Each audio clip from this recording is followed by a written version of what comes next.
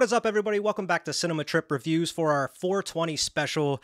And what better way to celebrate 420 to have some very special guests. And once again, joining us is Joe and Sean from Movie Dumpster. How you guys doing? Good, good, man. What's up? How you doing? Happy I'm doing fantastic. Yeah, happy 420, everybody. You got him, dude. Straight up. So everybody, like, grab your pieces, grab your papers, because we're going to be getting into Cheech and Chong's Up in Smoke. It's their first movie. If those who don't know Cheech and Chong, you're going to learn today, because we're going to be talking all about Cheech and Chong. Oh, yeah. Grab those fucking J-boys, those bowl boys. have yourself a party. Oh, the bong. Yeah. The whole gang.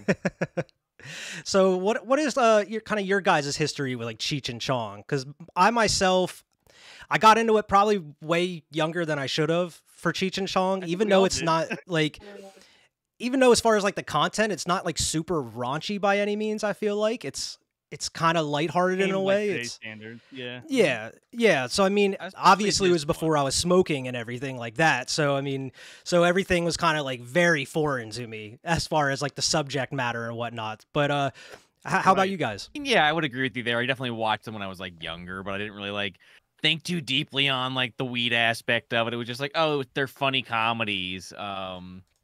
Watching it now, different perspective for sure. But yeah, I a very similar experience initially with it. Wyatt, with Cheech and Chong in general. Mm-hmm. So this comes out in what, 78? Yeah. So my dad is like 17 or 18 when this hits, so this is like big for him, like you know what I'm saying? So like growing up, this was on TV and stuff like that. So like that's how I was introduced to them, like via my dad, and he would watch, the Korskin Brothers and Nice Dreams and Still Smoking and Up in Smoke, of course, and the whole deal. What's the other one? Get Out of My Room is the other one. Yeah, there's like 8 of them, I believe. There's a ton of them, yeah. Yellow Beard, I think. Whatever. Those are like the weirder ones. Yeah, I was gonna say I don't really watch the sequels focused ones nearly as enough as this one. But yeah, like as a kid, like, so yeah, growing up, it was Cheech and Chong, and it was funny because they're cartoon characters themselves, so like I guess that was funny to me. But like being a kid in high school, I was thinking about this today, and this movie comes out in 78, and like it was still kicking around. Like you go into Spencer's, or East Meets West or some shit, and there's always Cheech and Chong paraphernalia, especially for specifically Up in Smoke. There's incense burners and T-shirts and stash boxes, rolling trays, and all kinds of shit. And I would say they've done like deals recently, or at least in the past, with like Raw. Tommy Chong has, yeah. 2 of them, like Chong brand. Like, oh yeah, had, like I've seen cutouts at like smoke shops. That's like stuff. more recent though, in like the last 5 or 10 years. Yeah, I'm sure they've been doing it for decades in varieties. I used to get stoned all the time in high school, and we'd watch Cheech and Chong, and I feel like it's like they're the original kings of stoner comedy.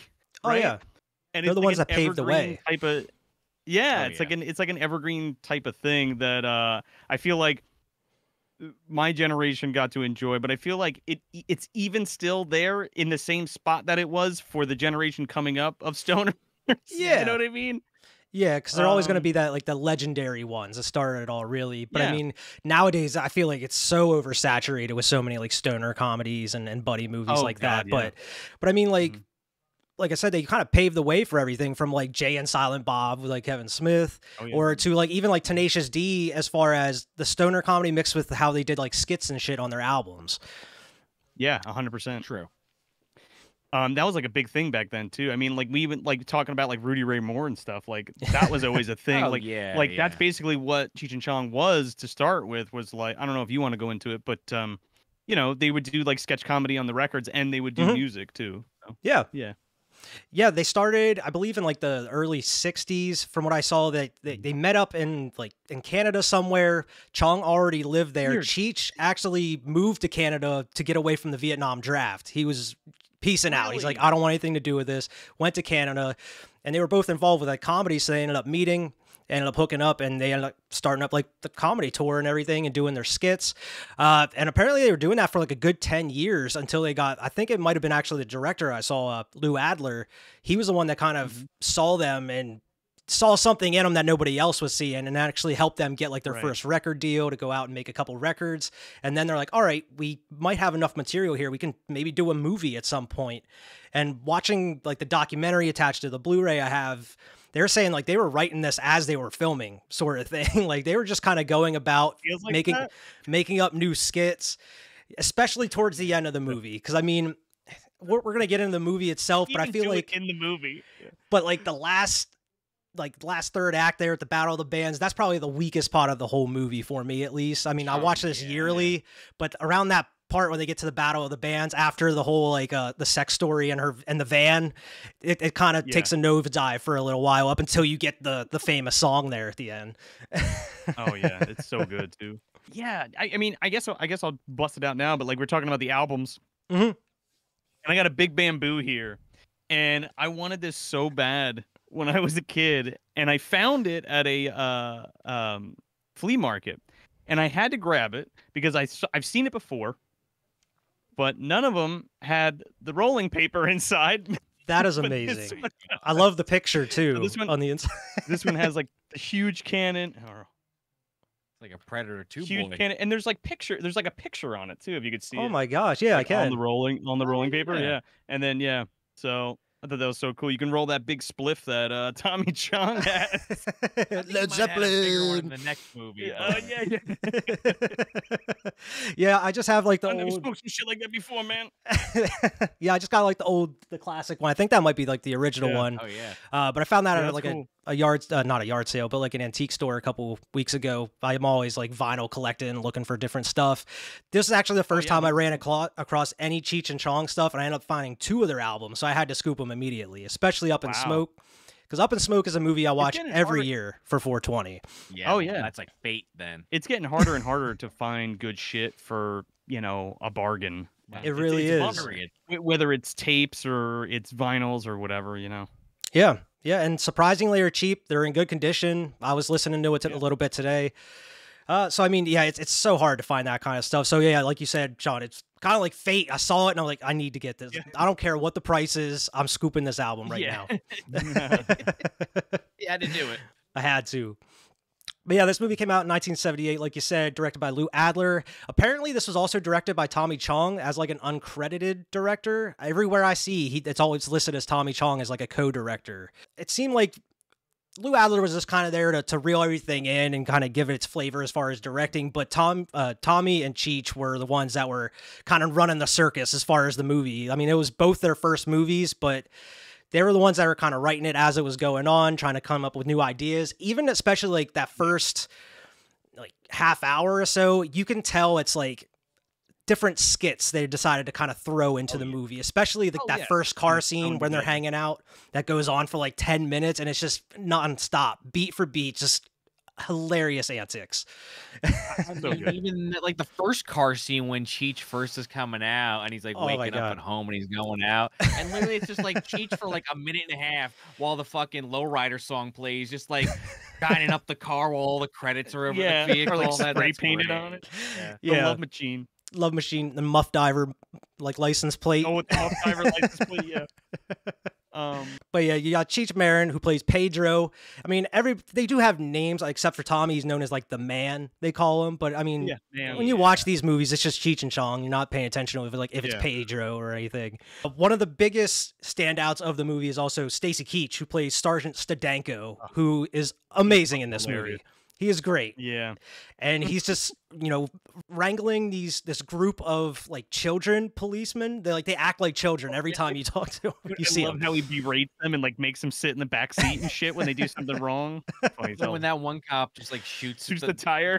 he's like, "What are you doing?" Just makes him hand the gun back. Give me the gun. It's Dude's a like toy. walking away. He's like, come here, get in front. To like a little child, like scared to come. He's like, get over here now. Bad dog. Of course, you have a little cameo by Tom Skerritt in there as Strawberry, his cousin, and author. My cousin Strawberry, man. Just don't look at his birthmark, man. Well, I'm not going to mention anybody's birthmark, I man. swear, man, I'm not looking at his neck, man. He slaps him on the chest. Doesn't know what to say. It was great. Oh And you also have Strother Martin as Arnold Stoner, who is like Tommy Chong's dad there in the very beginning. You don't really see much of him, but that like little like monologue where he's just going off, it always sticks in my brain. It's so funny. You want to talk about quoting movies? That's me and my buddies would always do. You could build your muscles picking strawberries and work your way up to these goddamn bananas. Goddamn! I was gonna say that's probably the greatest son of a bitch, maybe in movie history. Like the way it's so pronounced. Shipping you off to military school with the goddamn Finkelstein shit, kid. Son of a bitch. I can't even do it. It's goddamn Finkelstein shit, kid. Son of a bitch. Going to military school. I love how Tommy Chong is doing like the back, side, like a middle finger to him. That was another thing. What is that? Some kind of peace sign? Yeah. But it really like puts his character into immediate perspective. It's like, yeah, he doesn't give a fuck. He's got money out the ass. You're gonna go to military school. You gotta get your act together one of these days. He just grabs a goddamn sleeping bag and hits the road. With the well, not the Rolls Royce. He's got the Doom buggy with the Rolls Royce grill. Yeah, he makes sure to steal that grill off the Rolls Royce, and like the butler or like the driver's yelling at him on his way out. Great. Apparently, to market this movie, not a lot of advertising places wanted to market this movie like traditionally. So from what I was reading, what they had to do was they printed like comic strips of Cheech and Chong to promote the movie, and they just left them at bus stops throughout like different cities and stuff. And that's really how they got the word out for it, which is very interesting. Those are worth now. Yeah, if you can find them, who knows? And there's also like a whole kind of subplot cut out, and it's in the deleted scenes featuring Harry Dean Stanton. He's like a prison guard that is like trying to sell them like drugs within the prison. And that's why when you get to the courtroom scene here in like the first half hour, that's why like Chong is so like fucked up and like falling all over the place. It's because Harry Dean Stanton like gives him like these pills. Well, he tries to sell them to him, but he like ends up stealing them from him and ends up accidentally taking one. But it's like a good. Works in the cut. Yeah. It works in the cut though because he's like eating all the fucking drugs in the car. Exactly. You think it may be from that. But yeah, there is a deleted scene of them just in jail for, I mean, it's not super long, but it's probably a good 5 minutes. There's a couple different deleted scenes cut from that whole scene. It's interesting, especially with Harry Dean Stanton in there. Weird. Very weird. It's a shame that they make the final cut. Right? Especially with like Harry Dean Stanton involved. Exactly. Apparently the word man is spoken 295 times in this movie. How many are by Cheech? Probably most of them. And I saw something like there's like 200 of them. There's before they even get to like Tijuana, apparently. They're going 1, 2, 3. I mean, why not? It's been out for 40 years. Well, this is also true. It's funny. What are you gonna do? You seen it? Yeah. 50 years, Jesus. On the 40th anniversary Blu-ray I have, there's like the Man song, and it's like just a generic music like instrumental, but it's literally every time they say man spliced it together over and over and over. That's kind of great. And I was like, what the hell is the Man song? I've never heard of Cheech and Chong's Man song, and all it is just every man from the movie set to an instrumental. It's so weird. Oh, man. Oh, nice.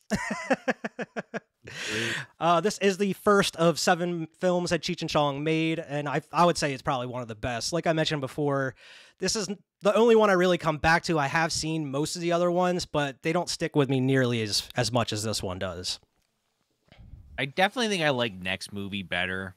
Oh, okay. But this one's great. I just think I like some of the gags in the second one a little more, and I like a lot of stuff with Cheech's girlfriend in that one, and it really just kills me. Is that the one where like Tommy is like blaring the music? He's soloing on his guitar, and it's just blowing like the windows out of the house and everything.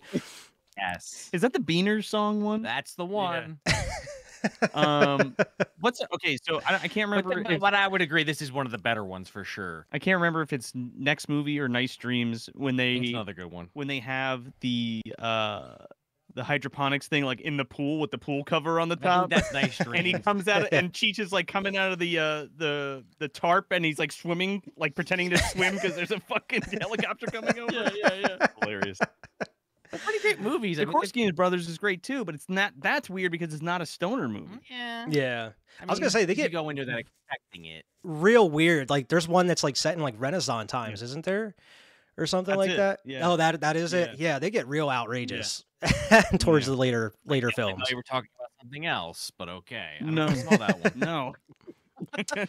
Before we get into the movie, the last thing I had here is apparently it was banned in South Africa because they thought it was promoting smoking marijuana, and the government, everybody didn't want this movie to, soil the minds of the youth and everything. So South Africa just wasn't hip with it at the time. I don't know. Damn colonizers, man. We might as well hop right into the film, though. I mean, we kind of already talked about a couple certain scenes here in the beginning, but it does open up with like the Looney Tunes, and Cheech is just waking up on his couch, kids jumping all over the place, steps in the bowl of cereal. I don't know. I'm assuming it's like, are they relatives? Relatives, I think, is the implication there. It's his foot in the bowl of Cheerios. Because it's only mentioned in in passing whenever Chong stays at his house later in the movie. He's like, "Oh, me and my old lady are gonna be in there. Like, might hear some dueling bed springs or whatever." But it's like, you don't know if he's married. Are these children his? You don't know because him and Chong are trying to pick up women later in the movie. So it's like, who knows? Only see Abuela later. That's it. Yeah. You definitely got to read between the lines and just make your own decision on what's happening. Yeah, but yeah, he's having a rough morning. From stepping in the full bowl of cereal to pissing in the hamper. Oh, that was pretty bad. That's a good one too. And I just love because it doesn't go straight for the joke. It lets you like sit on it for a minute. He's sitting there pissing, and then it just kind of slowly pans, and he looks over at the toilet. He's like, the toilet, this dude, which is also like they got like something shoved in it, like toilet paper or something on top of everything else. I don't remember. I think it's just the fact that regardless, he's pissing in the wrong spot. And then, like we mentioned, it cuts to you're introduced to Tommy Chong, and that's one of the greatest sons of bitches ever put on film with his dad and everything. And we already went through that scene. The only thing I didn't mention was the V-dub bug that he drives out. Apparently, that Volkswagen is owned by Jack Nicholson. They said apparently really? Jack Nicholson, he was good friends with the director. In fact, after they filmed the movie, when they had the first cut and everything, Jack Nicholson was in a car accident and he was kind of bedridden, and the director took the movie over and screened it for him, and he said it was hilarious, but it hurt me so much because I had to laugh the whole time, and it hurt to laugh. I smoked a doobie and I loved the movie. Yeah, it was great. They better have brought him one of those cannons they're smoking to numb the pain. You can use my bug, no problem. No problem, man. So I was like, because it looks beat up. So I was like, did they beat it up and then put the grill on the front of it? And like Jack Nicholson gets it back, and he still has the Rolls Royce grill. He's like, you know what? I like your style, man. Looks great, thanks. Puts it in the garage. But yeah, I mean, the movie, it moves so quickly because you get those scenes. It cuts back to Cheech, and he's, you get Low Rider, which is one of my favorite songs of all time. I fucking love Low Rider by War. Dude, War, man. There you go. And he's, wiping his car down with his hat, his beanie, while the song's playing. He like spits on the windshield and cleaning the windshield and everything. Is this like the first movie of its kind where we're doing the kind of sketch like we went like in terms of like being like an SNL movie, you know what I mean? How it was like a sketch comedy thing and then turned into a movie. You know what I mean? It was a bit that was turned into a movie. I feel like that. I don't know. I mean, I guess we could look it up, but I feel like that'd been going on for a bit because I mean, you even mentioned Dolomite. I feel like that was definitely riding that line a little bit. Yeah, for sure. Yeah, but it was around the same time. Yeah, and probably not long after this is when the SNL movies started getting made and everything. Right. In the 80s, more so in the 80s. Yeah. But I mean, you had like Blues Brothers. Plot, but it's like paper thin. The plot in this. I mean, it's fine. It works to get from one sketch to the next. Yeah, but if you look at like I don't know, like Wayne's World or something, or like It's Pat or something, I don't know, or like Wyatt just said Blues Brothers. That Blues Brothers, yeah, that came out in like 81. Formula for me, but yeah. I mean, Blues Brothers actually had a story that was drawn out, and there's the antagonists. Whereas like this is like it's kind of like a hangout movie in a way. You're just hanging out with these characters, and some trouble goes, but like not for them really. I mean, the cops are crossing their path, but they don't really know or really care. Yeah. They keep like dodging them by accident. Yeah, which exactly happens in this movie. Or it's just not a big of a deal as they thought it was going to be. Like the second raid you get in the movie where it's like, oh no, man, it's just immigration. Like, don't have to, unless you don't have anything to worry about unless you have your green card. Gold joke. Yeah. when his cousin comes out in the fucking wedding outfit, the flowers, with the stuff, all the guests are going. You get a free meal and everything. Oh yeah, Cheech is like, oh yeah, I forgot about the wedding in Tijuana, right? Hey, they needed to get that. They were trying to find that weed. If only they really knew what they had on their hands. You know? I guess that's really the. This whole thing. Yeah, I was gonna say that's really the only plot of the movie is they're just trying to score a lid the whole time. Yeah. They're literally fucking driving it around. Yeah. The whole time. Just like, oh, yeah. This is the biggest drug bust we could have in history. It's like $9 billion. These dudes have no clue. Yeah, right. The bit with the nuns is the best. Well, because Stacy Keach, she's like this hard ass or hard to what? No, he's not really a hard ass. He's a hard ass. But what do you mean? He's a bumbling cop, but they portray him as, I guess, a hard ass. Maybe he is a hard ass. He is like an idiot. He's a by the book kind of He's that stereotype. He's sure. Yeah, he's like a by the book good old boy who fucking like drugs are bad, okay, right. Kind of fucking dude. Okay.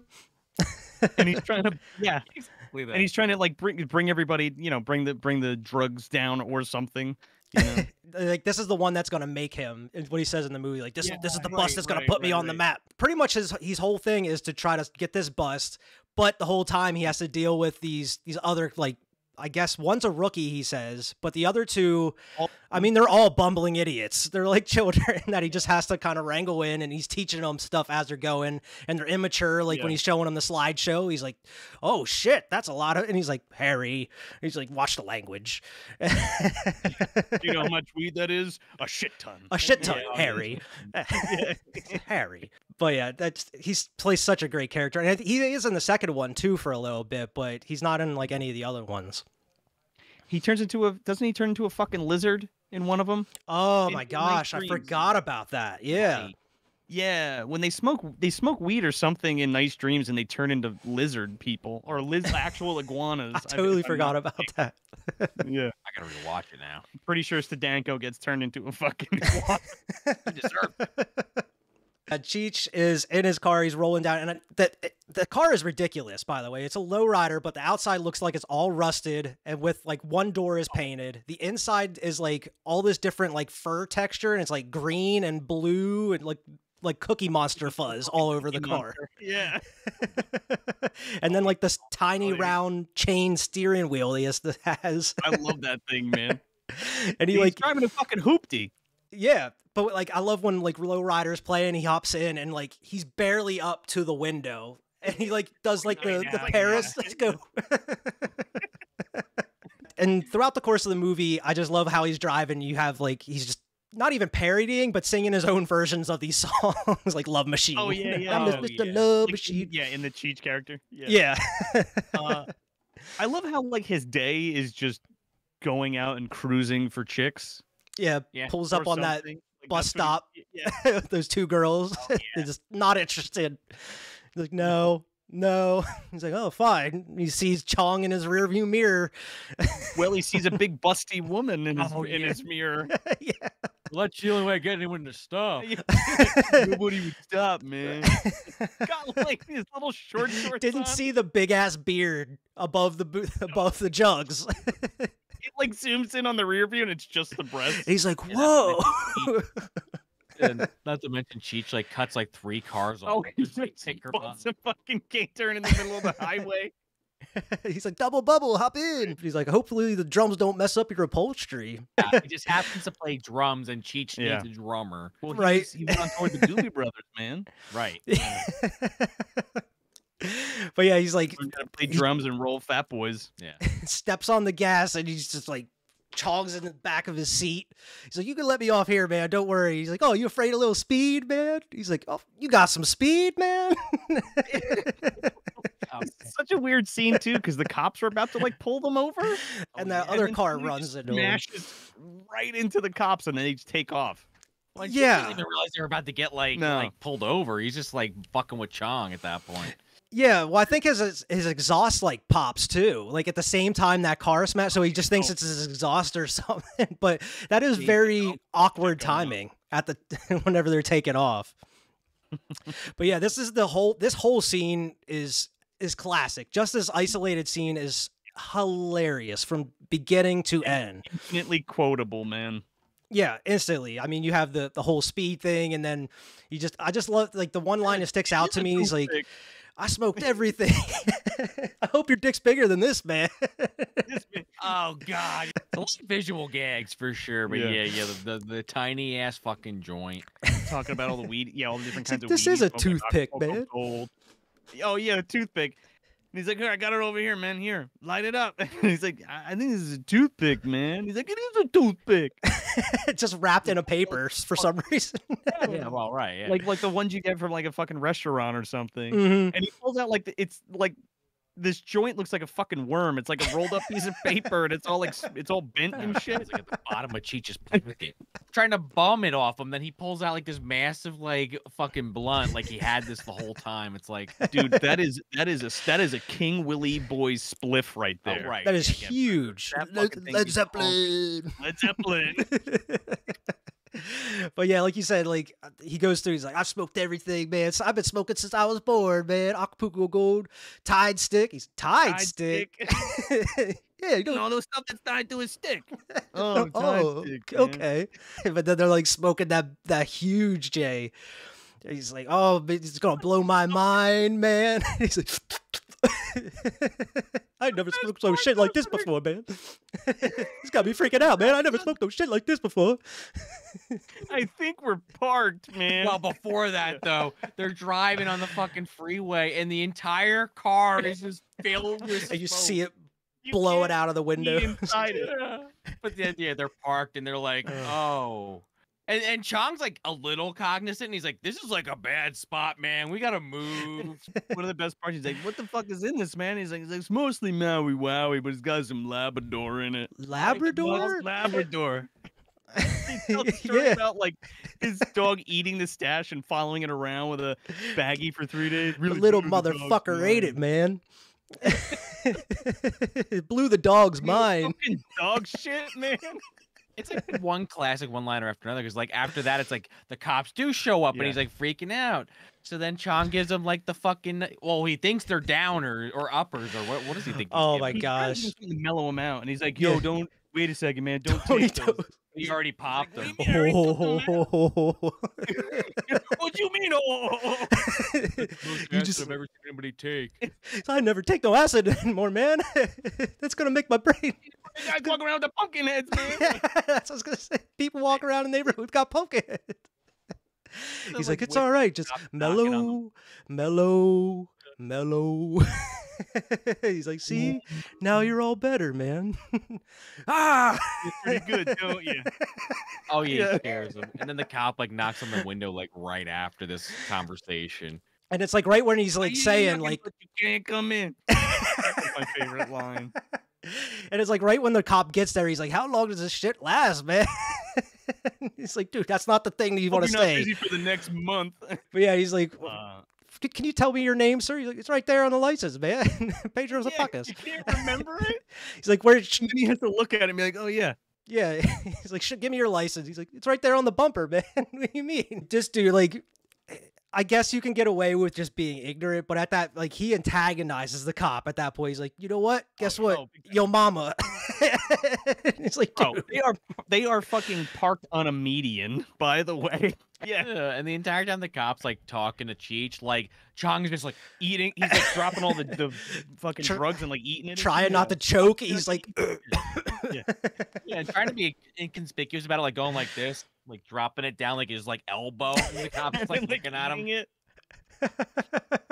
The cop comes back and he's like, what's your name? He's like, I already told you, man. He's like, no, what's his name? And he's like, oh, what's your name, man? And he fucking throws up all over Tommy Chong's Cheech's lap. What's your name, man? The dude wants to know your name, man. His name is Ralph. Ralph, man. Says his name is Ralph. And then you get the like I've Been Framed song, which is one of my favorites. Hey man, I've been framed. And that's like they're getting pushed through the jail and into the courtroom and everything. So is this where the Stanton scene would go? Like right before this? Yeah, like right when they go into jail. Yeah, that's where it picks up. And they're actually like in like their prison suits in jail, sitting in the cell. And there's actually, they bring like a homeless guy in to sit across from him. And he's actually played by Tommy Chong as well. And he has like this like old man makeup and he's dressed like a bum and everything. But Harry Dean Stanton's interacting with like both groups. Yeah. Yeah, that's a bit that Chong used to do where he was like that old guy with the guitar. Yeah. Yeah, I think it was the same character. Yeah. But yeah, that got cut from the movie as well. And he ends up like stealing the pills from Dean Stanton because he's like, I don't have any money to pay you for these right now. And he like ends up taking them, saying that he took them by accident before he paid them. And then he didn't take them. He's like, I don't know what's in these. You crazy? I'm not just going to take something that I don't know. And then like Cheech is like, oh, great. And he like accidentally bumps his hand. And he like pops one of them by accident. And that's where it would go into the courtroom where he's just like falling all over the place. He can't stand up. Oh, man. I thought for sure. I mean, it's like I was saying before, like that cut is fine because they were eating all of those drugs in the fucking car. Especially the fact that like Cheech took all that acid, like he would still be tripping his face off. Right. And then Chong's the one that's fucked up in the courtroom, not Cheech. Cheech is the one that's trying to reel him in a little bit. Gets him the water. He's like, it's fucking vodka, man. Vodka, man. Hey, you know what? That's the best thing he could have done because I guess that got them off. I guess because something. The next scene, they're just back at Cheech's house. Yeah, exactly. In the court case, I guess that'll get you off. Maybe. That's what I assumed. They don't explain it at all, but you assume the court case got thrown out, even though it's like I feel like they would just find a different judge or something at that point. Yeah, you're in a lot of trouble, boys. Well, the judge is a drunk. All right, go home. Well, see ya. You're free. Yep. And that's where it's like he's sleeping in Cheech's hallway. Yeah, in the bedroom's right there. He's like, oh, thanks, man. He's like, hey, if you hear something coming from my room, it's dueling bed springs. The next day, that's when you get introduced to like the band and Curtis. I guess he's like the manager of the band, Curtis. But he's like gives them the new band uniforms that like are waiter uniforms. Really? He's like the hookup. He's like, this shit is fuck. What does he say? It's a fresh Skittle pop. He says some shit. He's like, whoop, whoop, whoop. I forget what he does. He's like jiving all over the place. Like mariachi band outfits. And Tommy Chong's like, this thing isn't going to fit me. Well, it looks like a James Brown outfit. Like the James Brown band would wear. And or like the Gladys Knight or like the Pips or something. And the Pips. Yeah. But yeah, everybody was cool with them. Like, oh, these are nice, man. Until Chong's like, yeah, these are lame, man. Like, you need to get something else. And that's when Cheech is like, yeah, you know what? This is lame, man. Yeah. We should all wear something different, but the same, you know? But the same, you know? And then earlier in the movie, I think when they're driving, that's when he's like, oh, when they're talking about the band, he's like, we play everything, man, from Santana to El Chicano, you know, everything. Everything. Like, just Latin rock, I guess. Yeah. Hey. Oh, I love the line later where he's talking about punk music, and he's like, "You don't even gotta sound good, man. You just gotta be a punk. Shit, we could do that." I did see something about like the Germs audition, like a very early like version of the Germs audition to be in the Battle of the Bands, but apparently they caused a ruckus while they were on stage and everything, they ended up getting kicked out. They weren't included in the movie, but apparently they did include like their set from the movie on one of their albums, like at some point or whatever. But it's like, that's pretty interesting too. Like the Germs, who are a somewhat well-known band, especially in the punk community, being in an early like Cheech and Chong movie, that would have been awesome if that was actually included. And they filmed at the Roxy, I would assume. Yeah. It's all over the place. Yeah, they talk in the documentary. They talk about having to like go out and film at the Roxy and everything. Yeah, that's pretty cool. We'll get to the bands, but yeah, they are on a mission to score a lid at this point because they're all out. So they hop in the car and they immediately just do like that, just a little circle, and then park again. Just a great gag. Yeah. But he's like, yeah, my cousin Strawberry, or it seems like Cheech is related to everybody they go and talk to. And this was like his uncle or his cousin or my cousin Strawberry, who was in Vietnam and has a birthmark on his neck, and he hates when you talk about it. I'm not going to talk about anybody's Nothing was birthmark, just man. in Vietnam, but he has flashbacks. Oh Yeah, they get to the house and you knock and you hear the bird. It's me, Pedro, man. Pedro's not here. No, I'm Pedro, man. Open up. Yeah, and then they go in and he's like, "You want to get high?" Want to get high? Hey. Want to get high? Want to get high? You hungry, man? There's some pizza there. Who knows how long it's been sitting there? That must be a joke that has permeated, I guess, my life via my father, because like, Oh, the pizza I say that shit all the time. If there's something disgusting, like, oh, you want to, oh, there's your socks. Oh, there's, you know, if you see it on the side of the road or some shit, or you see some disgusting thing. Oh, there you go. You hungry? Oh, just funny to see it there. Just reminded me. Yeah, but yeah, you get introduced to Tom Skerritt here. He's not in the movie very much at all. Apparently, he just got introduced to Cheech and Chong like a month or two prior to actually making the movie, so he's relatively new with them as well. I guess he knew the director. Alien, like, yeah. This would have been like what year did Alien come out? It was right around this time, wasn't it? 79. So he's shooting it the next year. Around When the this same comes out, time. he's shooting Alien. Yeah. That's crazy. Like just going from being Strawberry to, was it Dallas and an Alien? Dallas, yeah. That's a hell of a jump. But On the part, man. Billy Scott was like, he's fucking brilliant, man. Strawberry. First two scenes. This has got to be one of the funniest scenes, like because they fuck off to like go get weed. Yeah, and is in the kitchen just fucking with shit. Yeah, well, most people are hanging out. He like accidentally spills Ajax on a paper plate, and he's playing with it. He's like, man, this looks like a real. Starts thing, cutting it up. Chick walks in. She's like, oh, my hero. She fucking takes a straw like out of her ear and just does like 3 full fucking rails. Every of line. Ajax. And he's like, she's doing all this fucking doing the elephant. She's all fucked up, dude. Oh my god.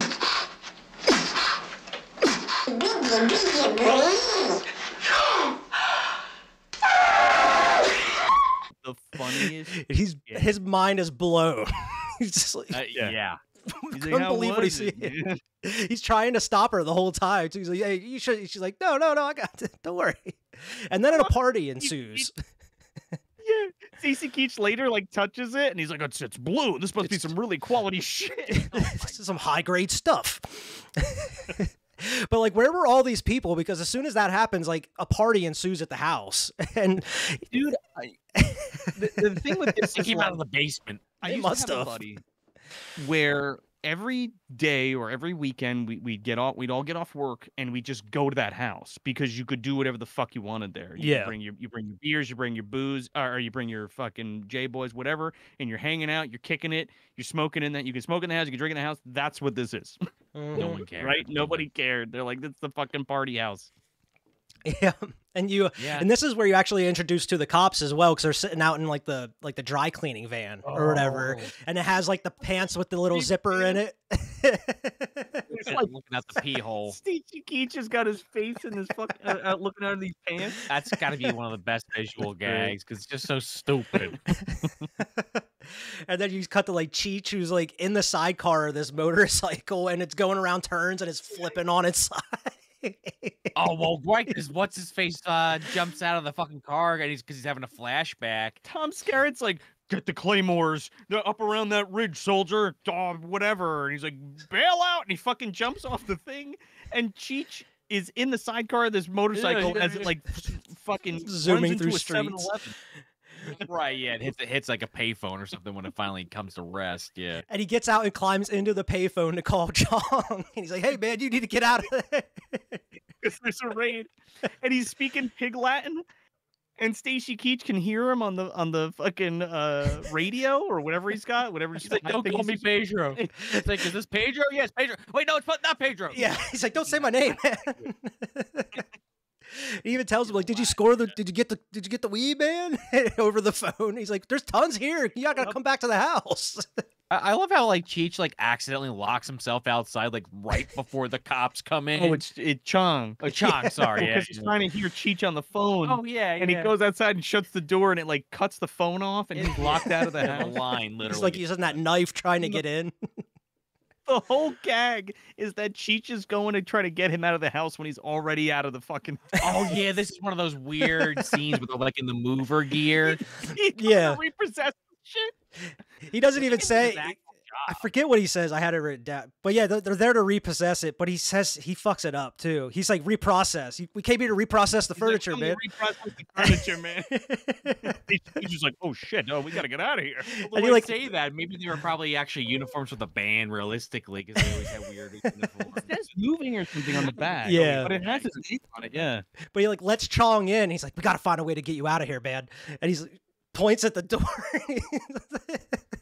Yeah, it's fucking scene, and it's great. Yeah, cuts the next they scene. just all drive off. Yeah. But I love when like he's in that sidecar with Strawberry when he's going like into the Vietnam shit. He's like, they're over there, like Claymore. He's like, we gotta get Charlie or whatever. He's like, Claymore, Charlie. He has no idea what's going on. It's not Charlie. But you even get like how dumb these cops are. He's like, radio in, tell him to shoot the moon, and he's like, shoot the moon. He like yells out through the pants. Shoot the moon. He's like, no, you idiot, over the radio. Shoot the moon, shoot the moon. I'm scared it ends up like coming back after everybody leaves, and he like digs out his army shit and like a gun and stuff, and he's like, he kicks down his own door and like ends up shooting the fucking bird that's there because the bird's still yapping. You just see the feathers get blown out the window. Yeah. Everybody else is either arrested or just left. Yeah. Yeah. Because like they're arresting him, and she's like, can't you see there's stuff she's going through? She's been through a lot. She's sick. You can't tell. Ajax girl, yeah. She dips her finger in the Ajax, like rubs on her teeth. But then it like just cuts to the next scene. They're hanging out with Curtis again, and he's trying to, score a lid from Curtis. And Curtis is like, hey, this is your ride, man? He's like, yeah, I did it all myself. He's like, you know what? This is probably one of my favorite jokes in the movie. He's like, you know what you need to go with this ride, man? You know what you need to go with this bad ride? A chick? No, baby. Check these out. Knuckles? Diamonds. It gets me every time, though. Look, man, they're real. And he fucking like scratches the windshield. Yeah. And he's like, hey, man. He's like, nah, it's cool. It's cool. Like, you just scratched his windshield with a dime. What the fuck? Let's pour some weed, man. And he's like, oh, well, shit. Why didn't, that's all you had to say. And he's got, I got the best shit in town, man. He's like hyping it all up this whole time. Yeah. And they like cuts to them all, like everybody else seems like they're stoned, but this is the scene like I talked about before where like, I mean, Chong, he's like, we smoked this whole lid and I didn't even get a buzz yet. Like, I don't know what you must be smoking grass clippings or something, because I'm not feeling anything. I love when the guy's like, give me a cookie, and he's like, go in there and get it yourself. He's like, don't be begging me, man. Don't be begging me, man. Get in the kitchen, get yourself some. Go in the kitchen. But yeah, that's where like we get the deportation scene. Yeah. Oh yeah, right. Yeah. And I like how they just hide behind the curtains. They're just sitting there hiding and they're looking at. He's telling Tommy, grab the seeds, grab the marijuana seeds. He's like, what the hell am I gonna do with that? He's like, don't worry about it, just keep hiding. You can't bust it for seeds, man. He's like, oh, never mind. I forget what he calls him. He's like, it's immigration, man. You don't gotta worry about it. And that's what he says, like, oh, I forgot about the wedding that's going on. Yeah. And they're down there and they're like on the phone, like, yeah, we'll be back soon. We're hanging out. Oh, he's talking to his uncle. Oh, that's what it is. Yeah. Because he's like, yeah, the wedding was great, man. And he's like, okay, what do you need anything while I'm here? And he's like, okay. So the whole thing is that his uncle has like an upholstery business. Yeah. And he has the work done in Mexico and then smuggles the upholstered chairs back to America. It's cheaper that way. Upholstery. Yeah. Cheech is an idiot and doesn't actually realize what's happening. Well, no, because they get burritos and the fucking burrito juice gets all over the napkin with the address. Oh, that's what it is, right? Yeah. You're right. Apparently the scene with the dog, that wasn't supposed to happen. That was apparently just a stray dog that wandered up and ate his fucking burrito while they're talking. And apparently they improvised that scene, that happening and everything. Like that wasn't supposed to happen in the movie. So they just let it happen and went along with it. He's like, fucking dog, took my burrito. Yeah, right after. Yeah, Cheech throws his on the ground. He's like, I would have eaten that. And then the fucking dog eats it comes out of his hand.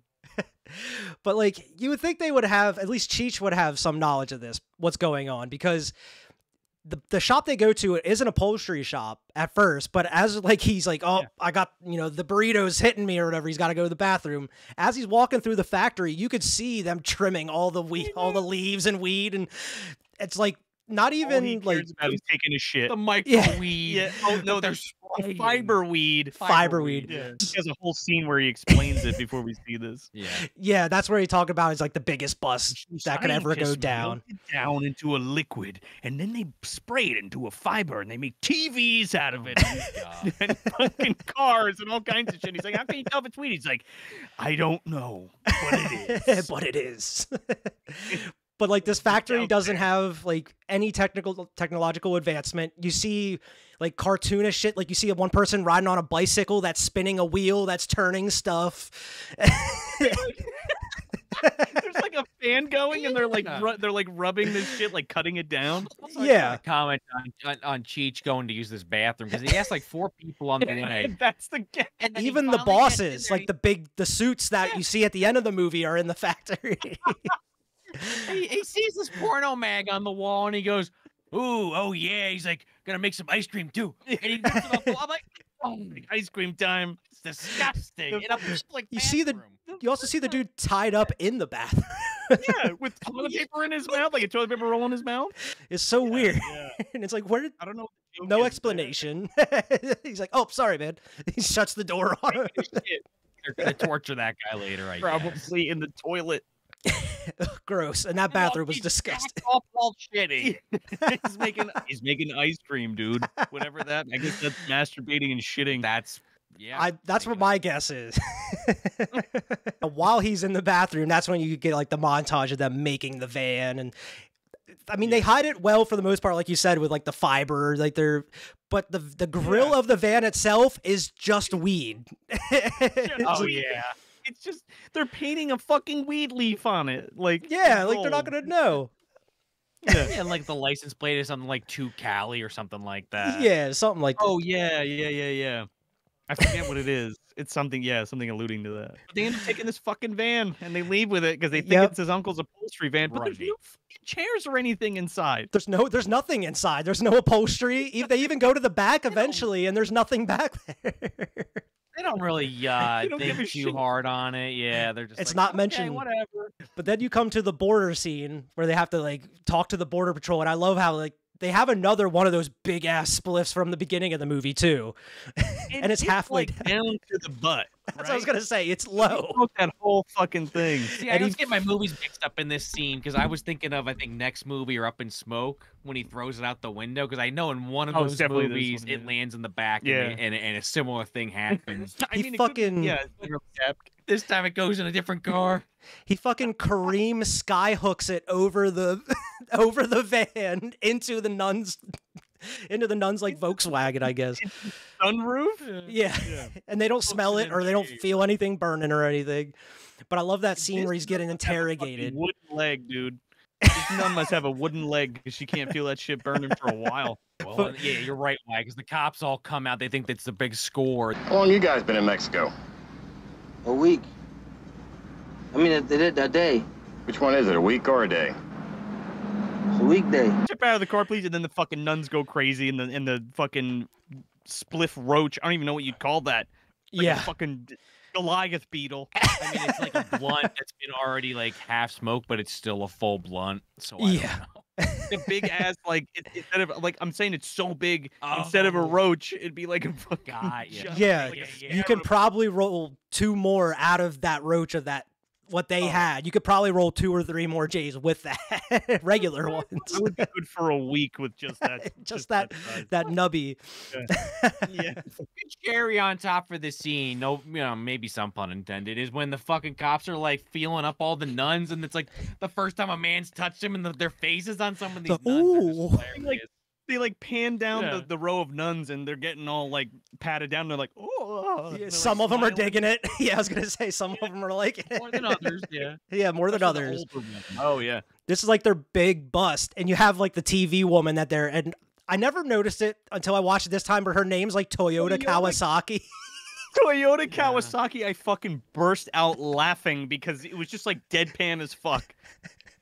And Stacy Keach walks up and she's just like, well, do you think this is the first time you're going to be patrolling for the marijuana mobile, like a whole car made out of marijuana? Do you expect any violence to happen? He's like, well, I hope so. I certainly hope so. I certainly hope so. And we haven't mentioned his tie is super tiny too, and it's fat, so it doesn't fit him. It's super tiny. It's like half down to like his mid chest. His name is Stedenko. Stedenko. That's his name. And then he goes to the bathroom with Chong's in there. Yeah. He's like, "What's going on out there?" He's like, "Nothing you need to worry about. Don't pay attention to it." He's like pisses on his shoe. He's like, "Hey," and his fucking leg, it's all over his bell bottom. "Hey, you gotta get back here." And they take off, and while that's happening, you see the police dog go over and start sniffing on the van. And this is probably one of my other, the best gags in the movie is they go out and they see the dog just upside down with his legs straight up, and it zooms in so far. He's like, must be some heavy shit. Oh my God. All right, because at this point, is the thing like lit on fire kind of in the corner? Has it started to... It's like the exhaust, or something. Yeah, that's going through. It hasn't lit up yet because they...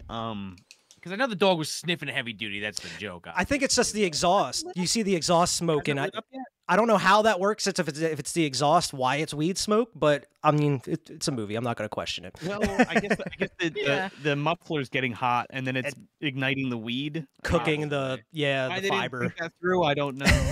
But yeah. They pick up these hitchhiking chicks that are like they're kind of like their opposites, or they're the same, or whatever. It is. Yeah, I've always thought that as well. It's kind of like the woman version of Cheech and Chong. One chick is like, hey, and she's like Tommy Chong's like woman or whatever. Although it's kind of hilarious. It's like fucking stander, and everyone thinks they fucked. It's if you mix Tommy Chong and Shelley Duvall together. It's what you get this woman pretty much. You ever see Fairy Tale Theater? Or no, man? You want some lewds? Yeah, you want some lewds? Oh, don't say it too loud. Yeah. No, I don't have any more lewds. He just doesn't get it. He's not grasping it at all. No. And I like how the cops are... the rest of the movie. Oh, yeah. Yeah, pretty much. And I like when the cops are chasing him. He's like looking through the binocular. He's like, I can barely see him. And he's like, yeah, use my pair. They're down on the floor. And they're huge, dude. He pulls... Like a Pee Wee Herman joke. I see a donut shop. He's like, oh, we don't have time to stop. Where are they? It's on the road. Obvious as hell vehicle that's just like fuzzy green car, the only one of its kind. It's a giant green van. Yeah, with weed leaves on it. There's no other car on the road that looks like this. Yeah, yeah. And that's whatever you mentioned before. They're like chasing him. He's like, go ahead, shoot their tires out. He's like, first shot, shoots the front tire out, blows it. Immediately pull off to the side of the road, and he just starts laying into him. Get it, you stupid idiot! Look, you idiot! You are a stupid, stupid man! Get over here, Harry! Get over here. I've never been around such incompetence. Get over here, get over here. Like bows his head and like gives him the gun and shit. After they pick those women up, the entire time Cheech is like, all right, I'm not driving anymore. Like, Chong, do you know how to drive? Not really. Well, whatever. I'm gonna get my dick wet. He doesn't have his license. He's like, you fucking drive, man. I gotta go fuck. A pretty smart way to get your nudity in without actually having to show anything also. Oh, you mean like your sexual innuendo? Yeah, well, there you go. Yeah. We're the shirt off, but you only see her from the back. So you think you can get this out? He's like, I can get that out. And she just takes it off. Yeah. And he's like, oh. And she's like kissing on his chest. He's like, I love a man with like a hairy chest. He's like, yeah, me too. Like, oh, no, except on a woman. You know, on a woman. But yeah, they talk about like they want to score a lid, and the woman, like the Shelley Duvall mixed with Tommy Chong, is like, oh, like my friend, I forget her name, was like Diane or whatever. I'll contact her. We can score from her. And he's like, oh, cool. She works at a police station. Like she's like the what the fuck do they call like who does the evidence? Yeah. Oh yeah. Runs the evidence locker. The evidence locker, so she goes back and like gets all the drugs that get like incarcerated or whatever. But the whole time, like, they go to the bathroom and they're talking like business or whatever, and Cheech and Chong are just fucking with the microphone in the police station, and then over the radio. And then I want to take off your dress, and then I want to take off your bra, and then I want to take off your shoes. calling him jackass or lard ass. Lard ass. Because the dude calls in, he's like, this is like hard head. He's like, no, it's hard hat. And he's like, hey, lard ass. He's like, no, it's hard hat. He's like, see you later, lard ass. I love how the other cops like starts laughing and then they do like a cut and he's like in the back seat now. Yeah, I was gonna say he's in the back seat for laughing. Yeah. He goes, who is this? And he goes, this is Sergeant Stedenko. Do you know who this is? And he goes, well, no. And he's like, bye, lard ass. Puts the thing back. And what's great is, I mean, the girls come out of the bathroom and I guess she didn't have anything, but she talks about how they're going after this huge bus and that they'll put some aside for this lady once they get to the bus. But lo and behold, it's the van that they just came in on. So, wow, right. But as they're leaving, Cheech has got to go to the bathroom and he runs into Sergeant Stedenko in the bathroom. Yeah, so does his little page grow. He pisses on his other leg. He's having trouble pissing at first. It's awkward because he's just like Stedenko's there like picking his teeth or whatever. He's just sitting there talking to his dick. Asking for it to be pissed on. They decide we're gonna go to the Battle of the Bands. We're gonna compete, but on their way there, they end up getting pulled over again. Some more shenanigans ensue. They get pulled over by like the highway patrolman on the motorcycle who like he bends over to look at the truck and he just gets that exhaust right in his face. And he's been driving behind it for like a couple miles. Yeah. Chong doesn't have his license, so they're trying to figure out how to switch seats. So when the cop comes up, Cheech is sitting on his lap or Chong is sitting on his lap. And he's like, the cop like takes his helmet off and he's just like, what do you guys want? Nothing. You have a hot dog? And he's like, yeah, man, take the whole thing. Well, when they're driving away from the other Fritos. Well, because they were at like that rest stop or whatever, or maybe it was at the Border Patrol. Oh, right. It definitely was burning because there's like that old man with the hot dog. Yeah. And then he's buying like 12. I think it started there because he goes back because he's like gassing up the place and he's eating all the hot dogs. Okay. That does it pretty well. Like a similar gag is I think Tommy Boy. I think it's either Tommy Boy or Black Sheep. No, it's Black Sheep and it's the NOS. Yeah, in the car, it like leaks and they like get fucked up. Roads. Yeah. It's been so long since I've seen that one. No, yeah. It's not a 7 miles an hour on a fucking highway or some shit. But yeah, that cop is so fucked. You see him like doing like karate or something out when they look in the rear view. When he flips his glove and like drops it to like put it on. Oh, yeah. He's like, yeah, have a nice day. See you. See you. Whatever. And they're like questioning, like that was weird, but they don't really like put it together. They're like, "Oh, trick, man." Yeah, he's like, "That really just fucking happened, man." He's like, "No way." I'd be just as shocked if I was them, honestly. But yeah, this is where you go and probably like what I said before. This is probably like the weakest part of the movie is whenever you get to like the Battle of the Bands. The only part like. The hilarious part is like what I said, like when Chong is like sleeping in the back and that girl's telling her about the story about her friend who is just moaning like crazy. Yeah. And apparently like right. Fuck me, Alex. Fuck me, Alex. Like this motorboat thing. And then what Cheech is like has a leg cramp at the same time. Well, Chong. Yeah, Cheech is sitting on the bumper outside. Yeah. Chong wakes up, he's like, oh, damn. And he starts and the whole fucking thing starts moving around. And Cheech is sitting on the bumper outside, and he's like looking, he doesn't know what to do because everybody is like, all the bands are lined up on the building watching him.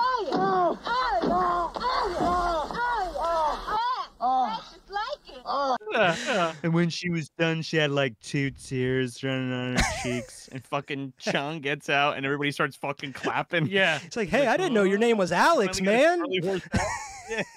Oh yeah. He's like, make way for the king, man. He's like dusting him off and shit.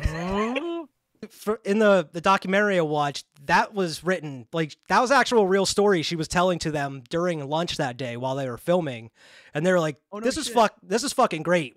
We're filming this scene when we come back from break," and that's literally what they did. They went, they went to the Roxy and they filmed it right there and then. Like, and they didn't really have to script it. She just told her story. All they had was like solid like 5 minutes of like. Oh yeah, and apparently they just had people with like 2x4s like on the side of the truck rocking it back and forth. We need to fix those shocks, man. That thing is fucking yeah. like a goddamn bobblehead. It's about to tip over. Yeah. But yeah, this is where it really just drops off for a little while. Not much is happening. Like they're writing songs. They're just kind of going back and forth. She gives him some stuff that he's like passing out on, like they're downers instead of uppers. She's like downers, and then it's just her like carting his ass around for a little while as we like get the band's like playing. Yeah, that was weird. Yeah, I forgot about that. It's such a weird cut too, because they're in like where the bands are in the building, and they're just she's just writing a song, and he even goes up and he's like, listen to these lyrics, man. My mama talk to me, try to tell me how to live. Writing is the night of. But okay. Fucking so good. But that's what he's like passing out, and he's like, what did you give him and all that? But then that's where it cuts to outside, and she's carrying him, where he's like, that's a weird cut where he was already just chilling, sleeping in that chair, and now he's outside. I do wonder if they just did that because they felt like, well, we got to show the cops arrive. I guess so, because she's like, I got a popper, man. We can party later or try to start his heart. We could try to start his heart. And that's where like you check in with the police, and they're dressed up. They take like the Hare Krishna outfits, and they're like trying to get in for free or something. Like as Hare Krishna's behind the building, the fucking van would have been right there. Wow, right there.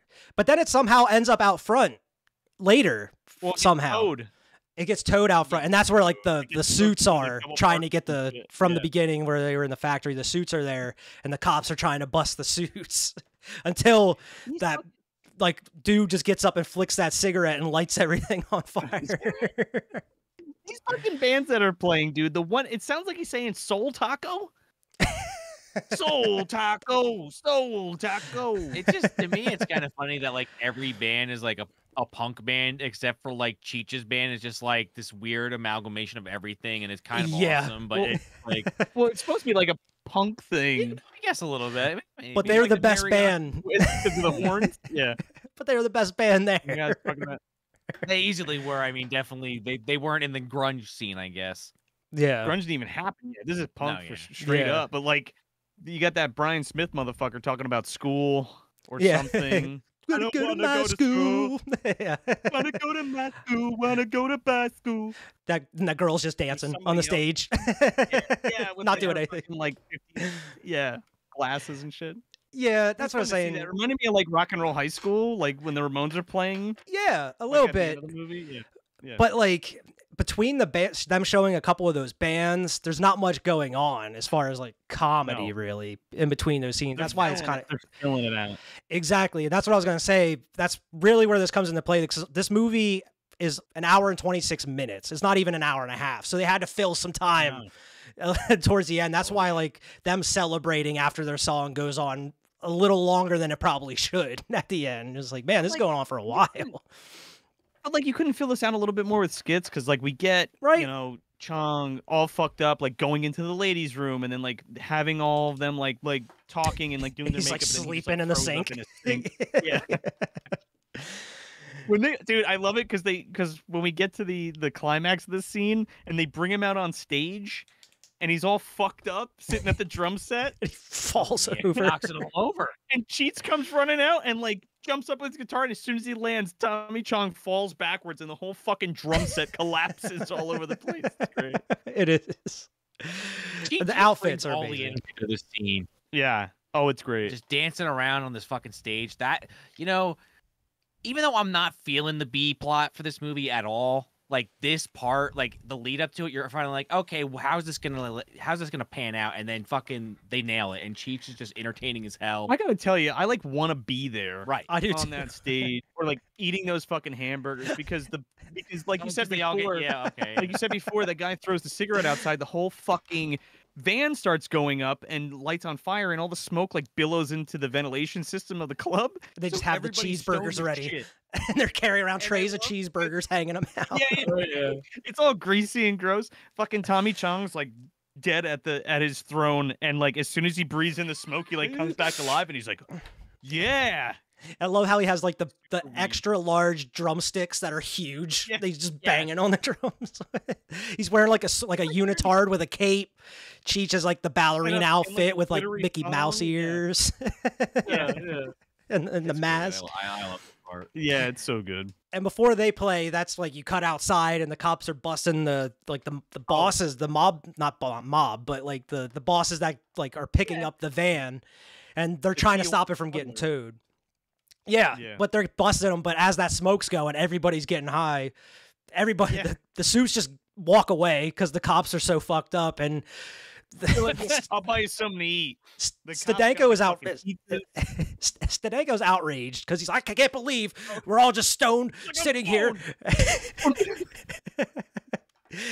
He's like, just go with it, man. Just go with it. He's like, I'm about this close to picking out, and he's like, just go with it. He's like, just go with it. Just go with it. Shoving the pizza in his mouth. I want a hot fudge sundae with nuts on top. I mean, that's the best character arc he could have had. Honestly. Oh yeah, coming full circle. Get him stoned, give him some pizza. Maybe he'll chill the fuck out. Yeah, have a token, a fucking piece of pizza, and shut the fuck up. Never be able to join the FBI now, but there's that.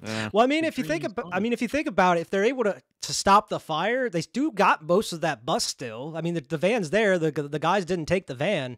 True.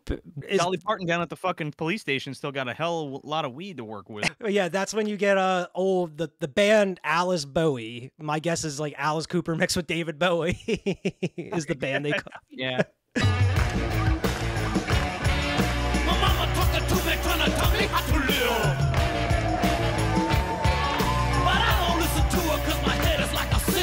Is fantastic, dude. I fucking love that song.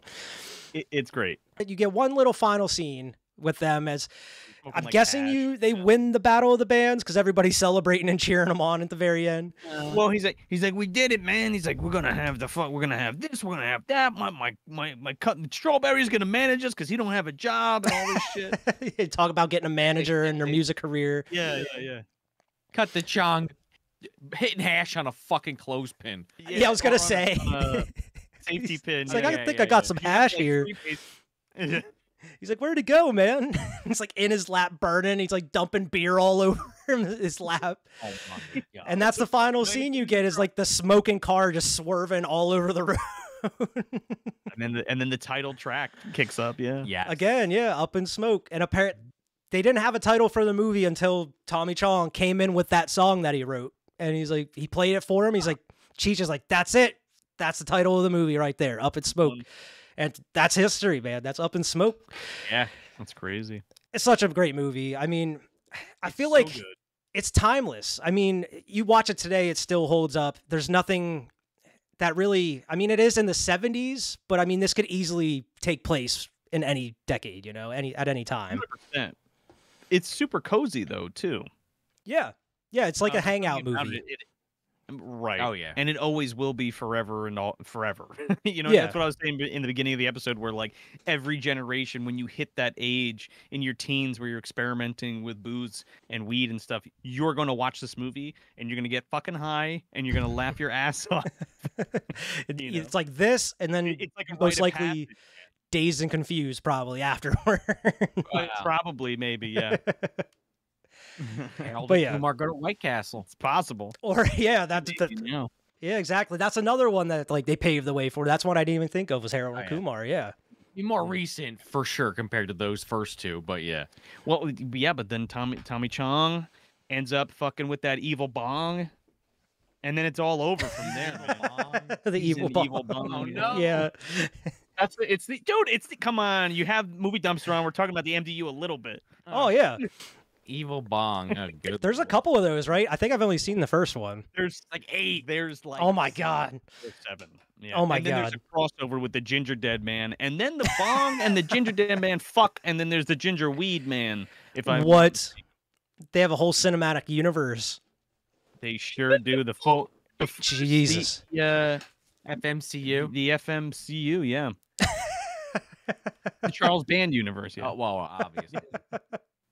Charlie's always involved. But yeah, man, that is Cheech and Chong's Up in Smoke. This is not only one of the greatest stoner comedies ever, but just a great comedy in general. I feel like anybody that watches, even if you're not smoking, is gonna have a good time.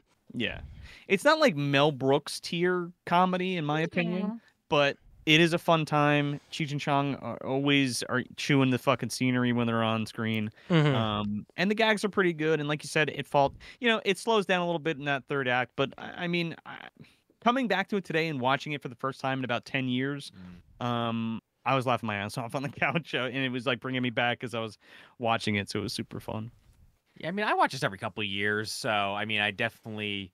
Maybe not as often as Wyatt, but I watch it fairly often. And again, like I said earlier, I do like the sequel a little better. So that's one I do return to more often.